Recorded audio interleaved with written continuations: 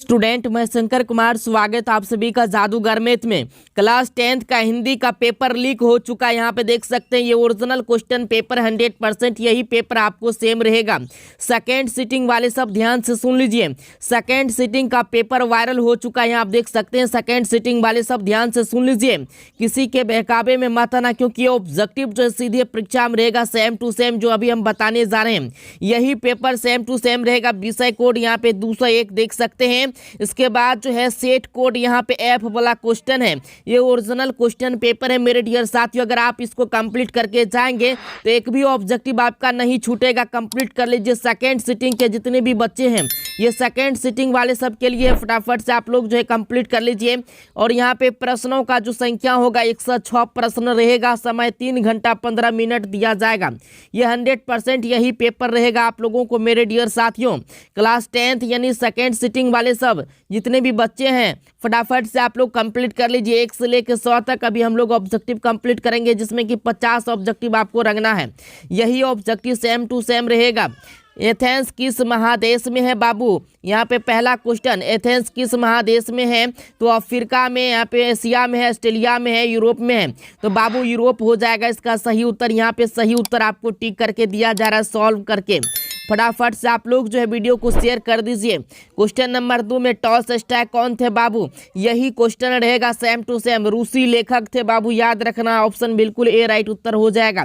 इसके बाद question number 3 में यहाँ पे सॉल्व करके इसके बाद आपको जो है दिया जा रहा, ताकि एक भी ऑब्जेक्टिव आपका गलत ना जाए। कौन मनुष्य के संपूर्ण जीवन से संबंध है बाबू? तो साहित्य। ऑप्शन बिल्कुल बी राइट आंसर हो जाएगा। ये टोटल ऑब्जेक्टिव ये सेम टू सेम ऑब्जेक्टिव रहेगा सेकेंड सिटिंग में। बिरजू महाराज का साक्षात्कार किसने लिया बाबू? तो रसीम वाजपेयी ने। ऑप्शन बिल्कुल जो है सी राइट आंसर हो जाएगा। अगला प्रश्न देखेंगे यहाँ पे, बिरजू महाराज का जन्म किस वर्ष हुआ था? तो बिरजू महाराज का जन्म 1938 ईस्वी में हुआ था। ऑप्शन बिल्कुल जो है डी राइट आंसर हो जाएगा। अगला प्रश्न देखेंगे 6 नंबर में, अभिनयो क्या है बाबू? तो ईसाई मठ है। ऑप्शन बिल्कुल जो है ए राइट उत्तर हो जाएगा। अगला प्रश्न यहाँ पे क्वेश्चन नंबर 7 में है, बहुवचन नामक पत्रिका का संपादन निम्न में से किसने किया? तो गुणाकार मूल्य। ऑप्शन बिल्कुल जो है ए राइट उत्तर हो जाएगा। एकदम दिमाग में बैठाते जाइए, यही ऑब्जेक्टिव रहेगा सेम टू सेम। 8 नंबर में, लेखक विनोद कुमार शुक्ल को साहित्य अकादमी पुरस्कार किस वर्ष प्राप्त हुआ? तो 1994 ईस्वी में उसको जो है साहित्य अकादमी पुरस्कार जो है प्राप्त हुआ था। किसको? विनोद कुमार शुक्ल को। चलिए 9 नंबर में दिया है, नौबत खाने में इबादत शीर्षक पाठ साहित्य कौन विधा है बाबू? तो ये व्यक्ति चित्र है। ऑप्शन बिल्कुल जो है डी राइट आंसर हो जाएगा। अगला प्रश्न यहाँ पे 10 नंबर में, कोई संस्कृति जिंदा नहीं रह सकती अगर वह दूसरों की संस्कृति का क्या करने की कोशिश करती है? बहिष्कार। अगर किसी भी संस्कृति को हम लोग बहिष्कार करेंगे तो वह संस्कृति जो है जिंदा नहीं रह सकता है। चलिए इसके बाद 11 नंबर में है, परिवार शब्द का विशेषण क्या होगा बाबू? तो पारिवारिक हो जाएगा। ऑप्शन बिल्कुल बी राइट आंसर हो जाएगा। ये टोटल ऑब्जेक्टिव को रट लीजिए जितने भी स्टूडेंट है सेकेंड सिटिंग वाले सब। क्रिया का मूल क्या है बाबू? तो धातु हो जाएगा। ऑप्शन बिल्कुल सी राइट उत्तर हो जाएगा। इसके बाद यहाँ पे शिवम आ रहा होगा किस काल का उदाहरण है बाबू? तो ये भविष्यत काल का उदाहरण है। सी राइट उत्तर हो जाएगा। अगला प्रश्न देखेंगे यहाँ पे 14 नंबर में, जिसका कर्म हो या जिसके साथ कर्म की संभावना उसे क्या कहते हैं? उसे हम लोग सकर्मक क्रिया कहते हैं। चलिए अगला प्रश्न देखते हैं यहाँ पे 15 नंबर में, क्या खाया किस क्रिया का उदाहरण है बाबू? सकर्मक क्रिया का उदाहरण है। ऑप्शन इसका ए उत्तर हो जाएगा। अगला प्रश्न देखेंगे यहाँ पे 16 नंबर में, भीमराव अंबेडकर चिंतन एवं रचनात्मक के प्रेरक कौन व्यक्ति थे? तो बुद्ध थे, ज्योतिबा फूले, कबीर, इनमें से सभी हो जाएगा। ऑप्शन बिल्कुल डी राइट आंसर हो जाएगा। अगला प्रश्न देखेंगे 17 नंबर में, हु आर सुधराज किनकी रचना है? तो भीमराव अंबेडकर की। ऑप्शन बिल्कुल जो है ए राइट उत्तर हो जाएगा। अगला प्रश्न देखेंगे यहाँ पे 18 में, लेखक नलिन विलोचन शर्मा की माता का नाम क्या था? तो रत्नावती शर्मा। ऑप्शन बिल्कुल बी राइट आंसर हो जाएगा। अगला प्रश्न यहाँ पे 19 नंबर में, सेन साहब की लड़कियां कैसी है? तो सुशील है बाबू, याद रखना। ये total objective same to same रहेगा सेकेंड सिटिंग में। मदन किसका बेटा था बाबू? मदन जो है गिरधर का बेटा था। किसका? गिरधर का। अगला प्रश्न यहाँ पे 21 नंबर में, जिस वाक्य में एक क्रिया होती है और एक वर्ता होता है तो उसे कौन वाक्य कहते हैं? उसे सरल वाक्य कहते हैं हम लोग। क्या कहते हैं? सरल वाक्य। इसके बाद यहाँ पे 22 नंबर में दिया है, निम्नलिखित में से शुद्ध वाक्य कौन है? तो किसी आदमी को भेज, तो ऑप्शन बिल्कुल ए राइट आंसर हो जाएगा। ये सब तीनों गलत है, ठीक है। चलिए अगला प्रश्न देखेंगे, इच्छा शब्द का पर्यायवाची क्या है बाबू? तो अभिलाषा हो जाएगा। ऑप्शन बिल्कुल बी राइट आंसर हो जाएगा। ये टोटल ऑब्जेक्टिव रामबाण साबित होगा, यही ऑब्जेक्टिव आपको लड़ेगा। आधुनिक शब्द का विलोम क्या है? तो प्राचीन हो जाएगा। ऑप्शन बिल्कुल सी राइट आंसर हो जाएगा। 25 नंबर में है, स्वेद से उत्पन्न होने वाला के लिए एक शब्द होगा, तो स्वेदज हो जाएगा। ऑप्शन बिल्कुल डी राइट आंसर। इसके बाद 26 नंबर में, अपना किया पाना मुहावरे का अर्थ क्या है? तो कर्म का फल भोगना। ऑप्शन बिल्कुल जो है ए राइट उत्तर हो जाएगा। इसके बाद यहाँ पे 27 नंबर में, विधवा शब्द का विलोम क्या है? तो विधवा का होता है उल्टा सधवा। ऑप्शन बी राइट आंसर हो जाएगा। इसके बाद 28 नंबर में, रात शब्द का पर्यायवाची क्या? तो रजनी हो जाएगा, याद रखिएगा। इसके बाद यहाँ पे जो है 29 नंबर में, बिना अंकुश का के लिए एक शब्द क्या होगा? तो निरकुश हो जाएगा, डी राइट आंसर। ये टोटल ऑब्जेक्टिव को रट लो जल्दी जल्दी से। फूंक फूंक कर पैर रखना मुहावरे का अर्थ क्या है बाबू? तो इसका हो जाएगा सोच विचार कर काम करना। ऑप्शन इसका ए राइट उत्तर हो जाएगा। अगला प्रश्न देखेंगे यहाँ पे, पुष्करिणी किसकी रचना है? तो ये अज्ञेय जी का है, याद रखना। अगला प्रश्न यहाँ पे 32 नंबर में, मनुष्य और सभ्यता के विनाश की अर्थव्यवस्था को अभिव्यक्त करने वाली कविता निम्न में से कौन है बाबू? तो एक वृक्ष की हत्या। ऑप्शन बिल्कुल ये राइट आंसर हो जाएगा। अगला प्रश्न देखेंगे यहाँ पे 33 नंबर में, निम्नलिखित में से नगर संवेदना के कवि कौन है? तो कुंवर नारायण हो जाएगा, याद रखिएगा। अगला प्रश्न देखेंगे 34 नंबर में, वीरेन डंगवाल का पहला कविता संग्रह कब प्रकाशित हुआ बाबू? तो सन 1991 में प्रकाशित हुआ था। अगला प्रश्न यहाँ पे, अक्षर ज्ञान शीर्षक कविता कहाँ से ली गई है? तो कवि ने कहाँ से? ऑप्शन बिल्कुल डी राइट आंसर हो जाएगा। इसके बाद 36 नंबर में है, नदियां मैदान बंगाल के बुलाएंगे मैं आऊँगा, यह पंक्ति की शीर्षक कविता की है? तो लौट कर आऊँगा, फिर ऑप्शन ए राइट उत्तर हो जाएगा। अगला प्रश्न यहाँ पे है, रेनर मरिया रिल्के के पिता का नाम क्या था बाबू? Joseph Rilke. Option B right answer हो जाएगा। अगला प्रश्न यहाँ पे देखेंगे, लाइफ एंड सॉन्ग्स कविता संकलन किनकी रचना है? तो जीवानंद दास का। ऑप्शन इसका ए राइट उत्तर हो जाएगा। 39 नंबर में, लौट कर आऊँगा फिर शीर्षक कविता के अनुवादक का नाम क्या है बाबू? तो जयानंद शुक्ल है। क्या नाम है? जयानंद शुक्ल, याद रखिएगा। इसके बाद 40 नंबर में है, अक्षर ज्ञान शीर्षक कविता में अंगा के डॉ को बेटा क्या समझता है? तो माँ समझता है बाबू। चलिए अगला प्रश्न देखते हैं 41 नंबर, वर्णों के उच्चारण समूह को क्या कहते हैं? तो वर्णमाला कहते हैं। क्या कहते हैं? वर्णमाला।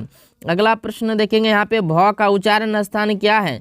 तो भौ जो देखिए ओष्ठ से बोला, दोनों ओठ सट जाता है ना, भौ देखिए दोनों ओठ जो है सट जाता है। लौ कौन व्यंजन है बाबू? तो लौ जो है अंतःस्थ व्यंजन है, सी राइट आंसर हो जाएगा। इसके बाद है, किसकी अंतिम ध्वनि स्वर होती है बाबू? तो युग्मक की। अगला प्रश्न देखेंगे यहाँ पे, महाशय शब्द का संधि विच्छेद क्या है? तो महाशय शब्द का संधि विच्छेद महाजोराशय हो जाएगा, महाशय। चलिए टोटल ऑब्जेक्टिव को रट लीजिएगा आप लोग, पूरा कंप्लीट कर लिख के जाइएगा इसको, क्योंकि ये ऑब्जेक्टिव जो आपको लड़ेगा। एक मात्रिक उच्चारण को क्या कहते हैं? तो हर्षव कहते हैं बाबू, याद रखना, एकदम दिमाग में बैठाते जाइए। अक्षतराज्ञ कौन व्यंजन है? तो संयुक्त व्यंजन है, याद रखिएगा अक्षतराज्ञ। इसके बाद यहाँ पे 48 नंबर में, निम्न में से शुद्ध शब्द कौन है बाबू? तो ऊंचाई जो है शुद्ध शब्द है। अगला प्रश्न देखेंगे यहाँ पे 49 नंबर में, निम्नलिखित विराम चिन्हों में से विस्मयादि बोधक चिन्ह कौन है? तो विस्मयादि बोधक चिन्ह ए नंबर ऑप्शन हो जाएगा। चलिए इसके बाद यहाँ पे जो है 50 में, जिन संज्ञाओं से एक ही प्रकार की वस्तुओं अथवा व्यक्तियों का बोध हो उन्हें क्या कहते हैं? उन्हें हम लोग जातिवाचक संज्ञा कहते हैं बाबू, याद रखिएगा। इसके बाद यहाँ पे जो 51 में, गुरु नानक का जन्म स्थान नानकाना साहब अब कहाँ है? तो हिंदुस्तान में या पाकिस्तान में या उज़्बेकिस्तान में, इजराइल में? तो पाकिस्तान में हो जाएगा, ऑप्शन बी राइट आंसर। ठीक है, चलिए ये टोटल ऑब्जेक्टिव को आपको कंप्लीट करना है धैर्यपूर्वक, और एग्जाम में जाकर के आराम से आपको जो है यही ऑब्जेक्टिव देखने को मिलेगा। रसखान किस राजवंश में उत्पन्न हुए थे बाबू? तो खिलजी राजवंश में, ऑप्शन सी राइट आंसर हो जाएगा। अगला प्रश्न देखेंगे, तिहूत तिहुपुर शब्द का अर्थ क्या है बाबू? तो तीनों लोक। ऑप्शन बिल्कुल जो है सी राइट आंसर हो जाएगा। इसके बाद यहाँ पे ठठे विदेशी ठाठ सब बन्य देश विदेश, तो इस सपने हूँ जिनमें ना कहूँ भारतीयता लेस, यह पंक्ति किस शीर्षक कविता से है? तो भारत माता है, अक्षर ज्ञान है, जनतंत्र का जन्म, तो स्वदेशी हो जाएगा। किससे लिया गया? स्वदेशी से। चलिए अगला प्रश्न देखेंगे, गुंजन किस कवि की रचना है? सुमित्रानंद पंत का। ऑप्शन बी राइट आंसर हो जाएगा।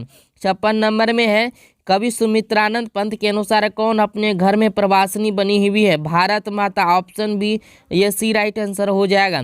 अगला प्रश्न देखेंगे 67 नंबर में, निम्न में से रामधारी सिंह दिनकर की रचना कौन है बाबू? तो हुंकार है। चलिए अगला प्रश्न देखेंगे यहाँ पे 68 नंबर में, हिरोशिमा शीर्षक कविता के कवि का नाम क्या है? तो सच्चिदानंद हीरानंद वात्स्यज्ञ हो जाएगा। ऑप्शन इसका ए राइट उत्तर हो जाएगा। अगला प्रश्न देखेंगे, अज्ञेय का जन्म किस वर्ष हुआ था बाबू? तो 1911 ईस्वी में हुआ था। अगला प्रश्न यहाँ पे, हिरोशिमा शीर्षक कविता किसका चरित्र चित्रण करती है? किसका चित्रण करती है? तो आधुनिक सभ्यता दुर्दांत मानवीय विभीषिका का। ऑप्शन बिल्कुल सी राइट आंसर हो जाएगा। अगला प्रश्न देखेंगे, वाकिफ। वाकिफ शब्द का अर्थ क्या है बाबू? तो परिचित हो जाएगा। Option C right answer. चलिए इसके बाद यहाँ पे 62 नंबर में, कितने वर्ष की उम्र में लिप्जिंग विश्वविद्यालय में मैक्स मुलर ने संस्कृत का अध्ययन आरंभ कर दिया था? 18 वर्ष की उम्र में, याद रखिएगा। अगला प्रश्न, हकर्स क्या थे? हकर्स जो है वनस्पति वैज्ञानिक थे। ऑप्शन डी राइट आंसर हो जाएगा। अगला प्रश्न यहाँ पे है 64 नंबर में, निर्वंश विद्या का संबंध किससे है बाबू? तो मानव विज्ञान से। ऑप्शन ए राइट उत्तर हो जाएगा। ये टोटल ऑब्जेक्टिव रामबाण साबित होगा बाबू आज के लिए, यानी 17 फरवरी को आज जो है रामबाण साबित होगा ये ऑब्जेक्टिव। कामसूत्र के रचयिता का नाम क्या है बाबू? तो इसका नाम है वात्स्ययन। क्या नाम है? वात्स्ययन। ऑप्शन बिल्कुल जो है बी राइट आंसर होगा। अगला प्रश्न देखेंगे, सिक्तक का अर्थ क्या होता है? तो आलता होता है। क्या होता है? आलता। चलिए यहाँ पे इसके बाद 67 नंबर में, मराठी, नेपाली और नेवारी भाषाओं की लिपि क्या है बाबू? तो देवनागरी होगा। क्या होगा? कोई भी भाषा लिखा जाता है देवनागरी लिपि में। 68 नंबर में, नागरी लिपि शीर्षक पाठ कहाँ से लिया गया है? तो भारतीय लिपियों की कहानी से लिया गया, याद रखिएगा। अगला प्रश्न देखेंगे यहाँ पे 69 नंबर में, निर्मला कौन थी? निर्मला जो है बाबू लेखक की पत्नी थी, याद रखिएगा। अगला प्रश्न यहाँ पे 70 में, सूखा पत्ता किस लेखक की रचना है? तो अमरकांत का। ऑप्शन इसका जो है सी राइट आंसर होगा। इसके बाद प्रभव शब्द का कौन लिंग है? प्रभव शब्द जो है कौन लिंग है बाबू? तो पुल्लिंग हो जाएगा। इसके बाद आम्र शब्द क्या है बाबू? तो तत्सम हो जाएगा। आम्र शब्द क्या है? तत्सम है। चलिए अगला प्रश्न यहाँ पे जो है, भगवान शब्द का स्त्रीलिंग रूप क्या है? तो भगवती हो जाएगा बाबू, याद रखिएगा। इसके बाद कारक के कितने भेद हैं बाबू? तो कारक के 8 भेद हैं, सभी को पता है। इसके बाद यहाँ पे श्याम कलम से लिखता है, किस कारक का उदाहरण है बाबू? तो करण कारक का उदाहरण है। चलिए अगला प्रश्न यहाँ पे, नदी शब्द का बहुवचन क्या होगा? तो नदियाँ हो जाएगा, याद रखिएगा। अगला प्रश्न यहाँ पे 77 में, सूर्य शब्द का स्त्रीलिंग रूप क्या है? तो सूर्या हो जाएगा। ऑप्शन बिल्कुल बी राइट आंसर होगा।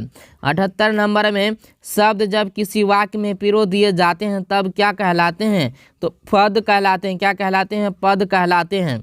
79 नंबर में यहाँ पे, यह मेरा छोटा भाई अमित है किस सर्वनाम का उदाहरण है? तो ये निश्चयवाचक का सर्वनाम है, निश्चयवाचक सर्वनाम हो जाएगा। चलिए इसके बाद यहाँ पे है, दुखी लोगों की मदद करो किस विशेषण का उदाहरण है? तो गुणवाचक का, यहाँ पे गुणवाचक विशेषण का ये उदाहरण है, दुखी लोगों की मदद करो। चलिए अगला प्रश्न है यहाँ पे, मगम्मा क्या बेचती थी? तो दही बेचती थी, याद रखिएगा। अगला प्रश्न यहाँ पे 82 में, यह बात अच्छी नहीं लगती कि माँ महीने भर इधर उधर लुढ़कती रहे, यह किसने कहा? तो यह कैलाश ने कहा था। किसने कहा? कैलाश ने। इसके बाद यहाँ पे है, ढहते विश्वास शीर्षक पाठ के रचनाकार का नाम क्या है? तो सात कौड़ी होता। ऑप्शन डी राइट उत्तर हो जाएगा। अगला प्रश्न यहाँ पे 84 में, ढहते विश्वास शीर्षक पाठ में किस बांध के टूटने की बात कही गई है? तो देलई बांध। ऑप्शन इसका ए राइट आंसर होगा, देलई बांध, याद रखिएगा। इसके बाद यहाँ पे, मंगू की बड़ी बहन का नाम क्या है? तो कमू नाम है। क्या नाम है? कमू, याद रखिएगा। मंगू की बड़ी बहन का नाम क्या है? कमू। इसके बाद 86 नंबर में लेखक सुजाता का वास्तविक नाम क्या है? तो S Rangarajan, option C right answer हो जाएगा। अगला प्रश्न है, कौन पार्वती को अकेली छोड़कर नहीं जाना चाहती थी? तो ये वल्ली अमाल जो है नहीं जाना चाहता था, ठीक है, वल्ली अमाल। चलिए अगला प्रश्न देखते हैं यहाँ पे, वल्ली अमाल के गांव का नाम क्या था? तो मोनांडी पट्टी, ऑप्शन बिल्कुल जो है ए राइट उत्तर हो जाएगा। अगला प्रश्न यहाँ पे, 89 में धरती कब तक घूमेगी शीर्षक पाठ में सीता क्या देकर रुआंसी हो गई? तो अपना काला ओढ़ना देखकर, ऑप्शन बी राइट आंसर। चलिए 90 नंबर में है, धरती कब तक घूमेगी शीर्षक पाठ में सीता के बड़े लड़के का नाम क्या था? तो उसका नाम था कैलाश, ठीक है। चलिए इसके बाद यहाँ पे 91 में, वह खा चुका था किस काल का उदाहरण है? तो वह ये जो है भूतकाल का उदाहरण हो जाएगा, ठीक है। इसके बाद 92 में, उत्पत्ति की दृष्टि से शब्द के कितने भेद हैं बाबू? बताइए। तो 4 भेद हैं। कितने भेद हैं?